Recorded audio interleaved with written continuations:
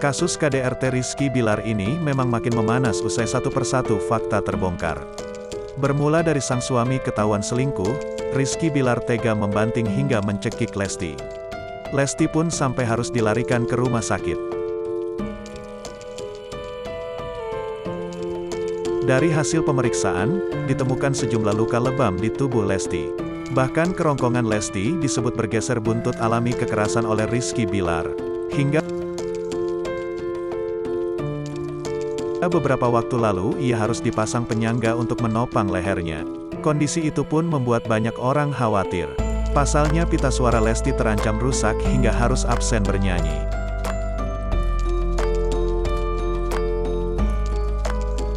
Sebagai sesama perempuan, kejadian yang menimpa Lesti ini membuat Dewi Persik ikut rasakan pilu. Mantan istri Angga Wijaya